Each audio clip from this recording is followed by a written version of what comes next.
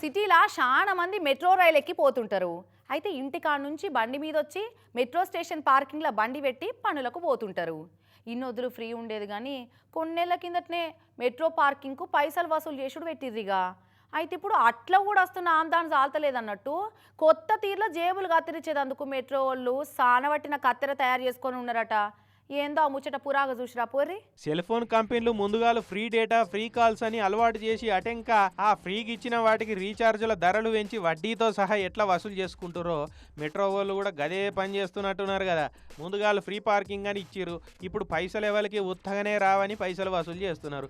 సరే రోజుకి 25 రూపాయలు పోతే పోయినాయని పబ్లిక్కు మెట్రో స్టేషన్ పార్కింగ్లల్లో బండ్లు పెట్టిపోతున్నారు.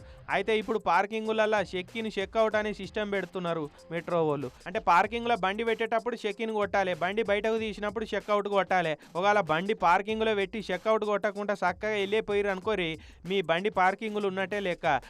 గంటకు మీటర్ తిరుగుతూనే ఉంటుంది, ఛార్జీలు వసూలు చేస్తూనే ఉంటుంది.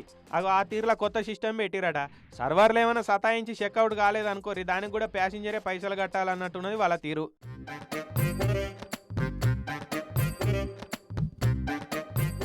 అసలు కంటే కొసరికే ఎక్కువ డిమాండ్ అన్నట్టు మెట్రో రైలు టికెట్ ధర కంటే ఇప్పుడు ఈ పార్కింగ్ రేటే ఎక్కువ ఉన్నది కదా.